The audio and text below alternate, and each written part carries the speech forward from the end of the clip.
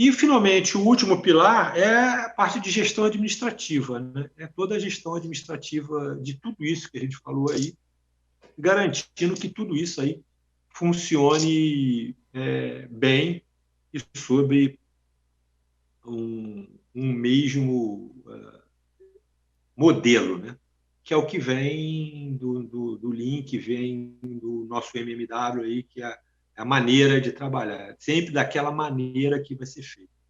Então, a gestão administrativa vem para isso. Então, esses são os 8 pilares da TPM, né? Que, se cumpridos, vem trabalhar para melhorar a eficácia e eficiência da nossa máquina, do nosso processo, o que vem bater com o objetivo do Lean, né? Que é melhorar todo o processo, melhorar o equipamento, melhorar o resultado que você tem.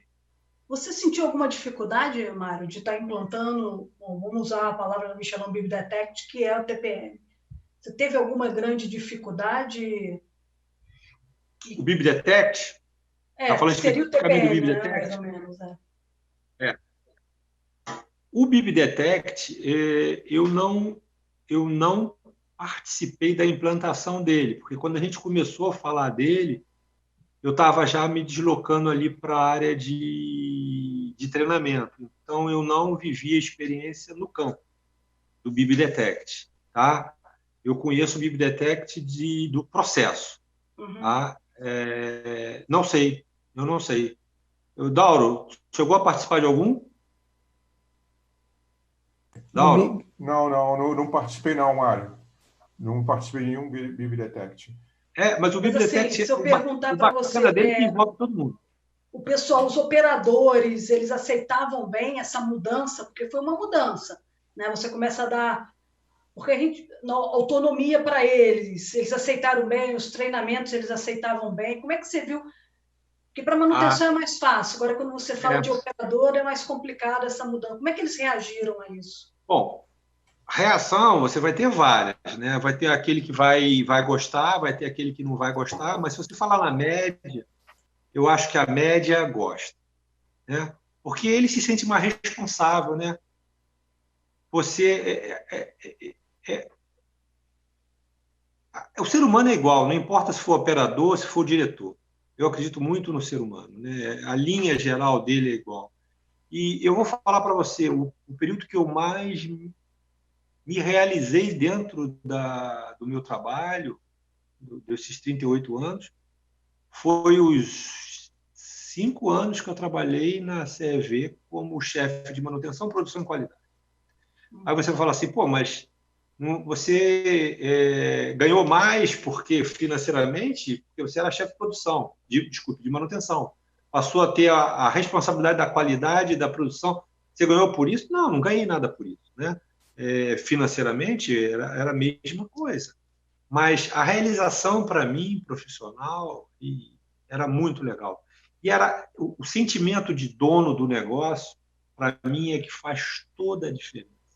E quando você começa a passar isso para o operador e começa a escutar ele e responder aos questionamentos dele, quando eu falo os questionamentos, não estou perguntas, não, estou falando, o cara faz uma observação sobre, isso poderia ser melhor se funcionasse assim, assim, assado. E você verifica se realmente aquilo que ele falou tem um embasamento, e se tem um embasamento, você faz aquilo para ele, e ele vê que a ideia dele melhorou ali, que a ideia dele foi aceita, que ele colaborou, que ele é membro participante e não mais um, né?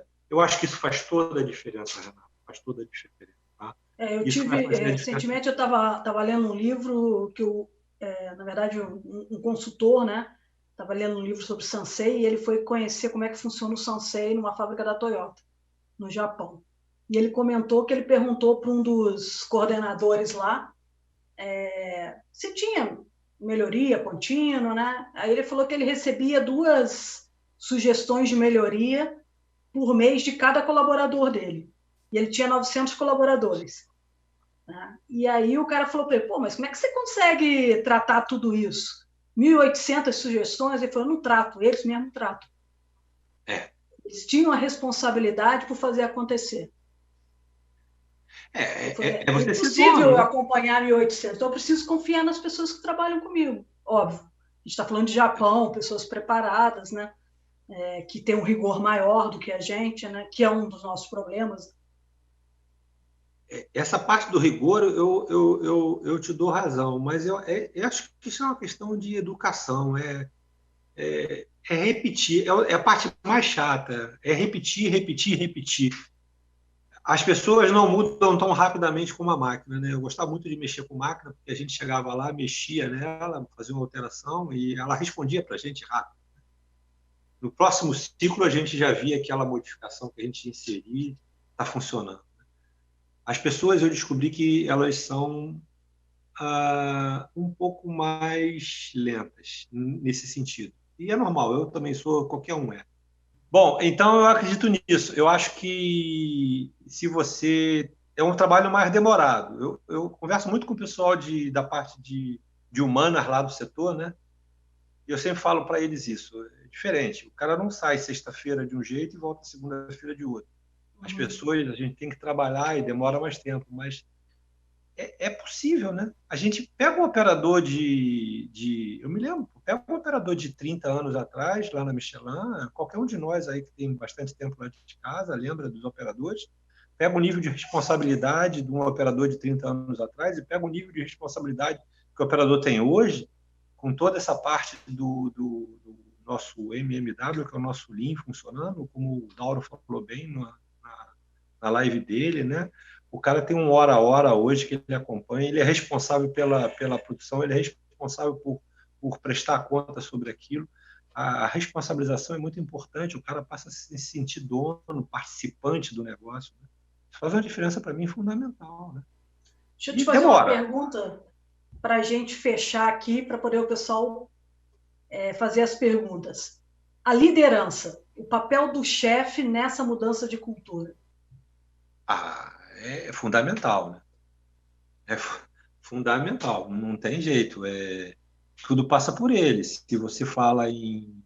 A gente estava falando um minuto atrás de responsabilização aqui, né? do próprio operador, do teu próprio mecânico. Como você falou daquela situação daquela fábrica japonesa, o cara tem 1.800 pedidos de alteração, não importa se são complicados ou não de ser feito, mas se ele vai cuidar de 1.800, é humanamente impossível. Então, tudo isso pela chefia passa. Se a chefia não tem um espírito aberto a isso, se a chefia não está pronta para aceitar que as pessoas participem, se a chefia ainda acha que é o centro das atenções, né? E que ele é a peça mais importante do setor porque ele é o chefe. Bom chefe é aquele que faz as coisas acontecerem sem fazer nada, né? Eu sempre comentei, gente, o chefe tem que fazer nada, ele não faz nada, ele só faz acontecer.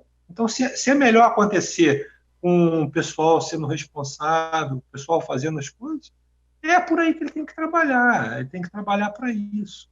Meu sonho de consumo era tomar cafezinho só, né, Dão?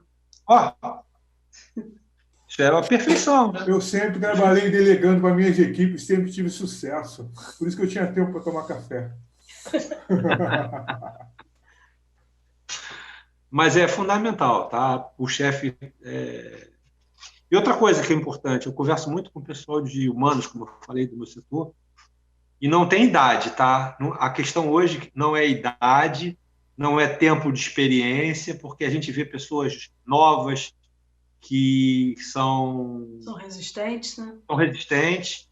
Vê pessoas com uma certa idade mais avançada que são resistentes. Em compensação, vê pessoas com mais idade também avançada que estão abertas a isso. Então, independe da idade, independe do sexo, independe do nível cultural. Né? A gente vai ver pessoas que têm um nível cultural muito bom, mas que são totalmente resistentes a isso. Eu acho que está muito no ser, né? no que a pessoa é, um pouco dentro dela. Pode ser trabalhado, tudo pode ser trabalhado, é onde entra a parte de pessoal de humanas para trabalhar. Mas não, eu não vejo um padrão. As pessoas com mais idade são mais resistentes, as pessoas com menos idade não são resistentes. Não vejo nada disso, não. Não vejo sexo, nada, não vejo nada disso, né? Cor, nada. É da pessoa, e quem não tem pode ser trabalhado. Alguns vão mais rápido, outros mais E se lento. não chegar, não Se dá não para chegar, continuar, não tem né? jeito, né? É. Procure em outro lugar que aceite essa filosofia que ele gosta de usar, né? Sempre vai ter alguma atividade, alguma fábrica ou uma atividade qualquer que pensa da maneira com que ele pensa, né? É o que eu falo no outro dia, eu acho que foi até com você a gente conversando, Renan. Como é que você passa 35 anos numa empresa, né? Os valores da empresa, quando eu entrei, antes de entrar, me falaram os valores da empresa, né? E os valores da empresa batem com os meus valores de Mário, né? Então foi muito fácil, né? Foram 35 anos que passou, eu estava pensando nisso hoje. Pena não ter outros 35, porque também se tivesse, eu ia viver 35 anos a mais, né? Não tem problema nenhum.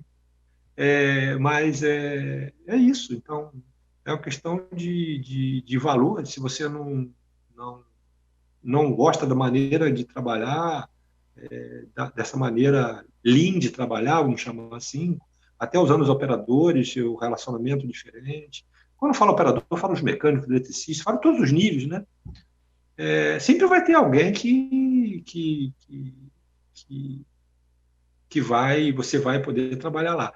Sendo que eu acho que você vai ser engolido em um certo momento, né? Ou você ou a tua empresa, se ela não mudar para isso, porque ela não vai conseguir ser competitiva com uma empresa que trabalha desse jeito. Não vai ser mesmo. Tá? E a gente no Brasil, a gente está bem atrasado em relação a isso, né? Mas eu acho que a grande vantagem do brasileiro, o brasileiro é muito adaptável, né, Renato? Eu acho o brasileiro muito adaptável. Eu acho o brasileiro super adaptável.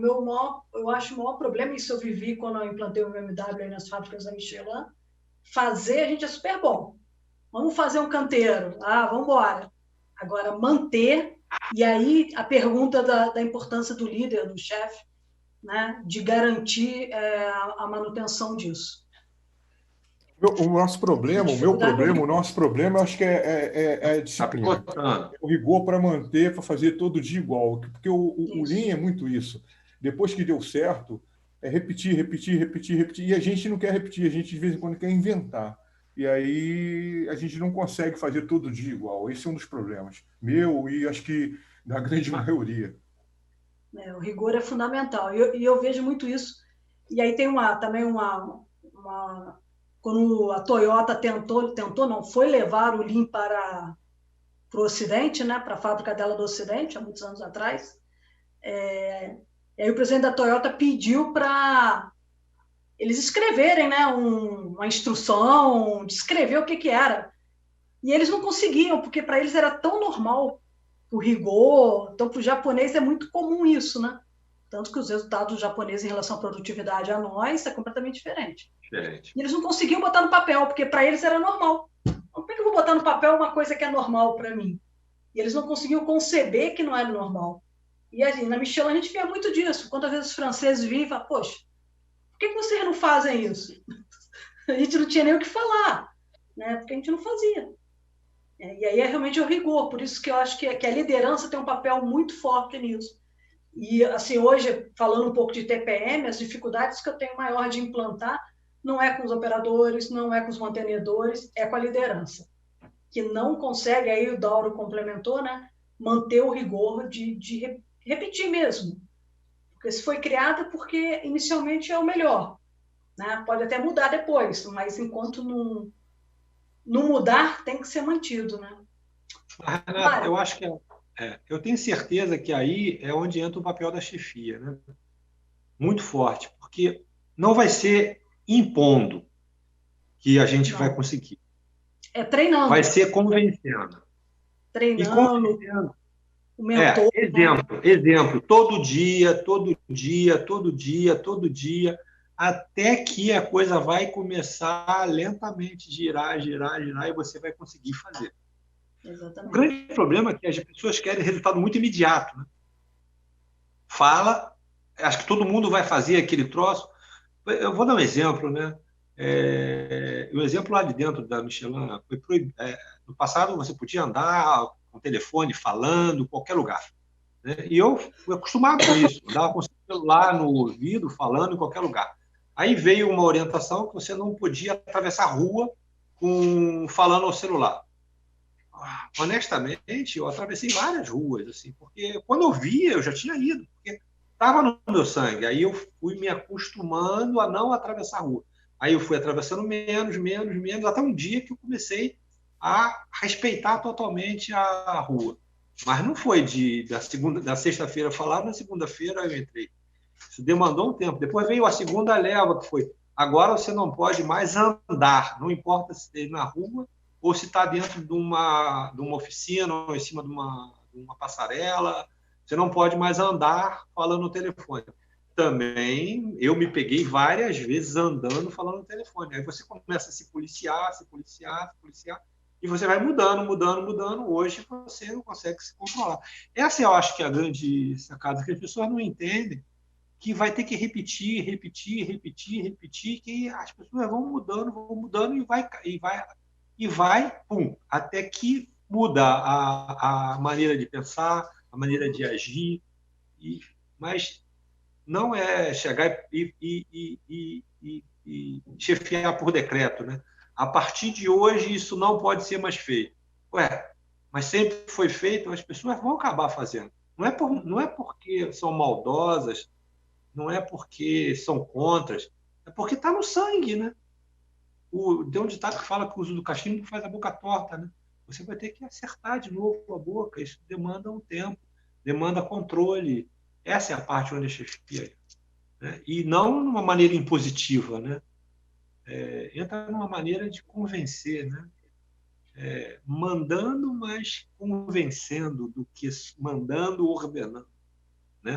Eu acho que eles usam muito os sanseis, e aí, até lendo um livro recentemente também de um escritor francês sobre isso, ele fala exatamente isso.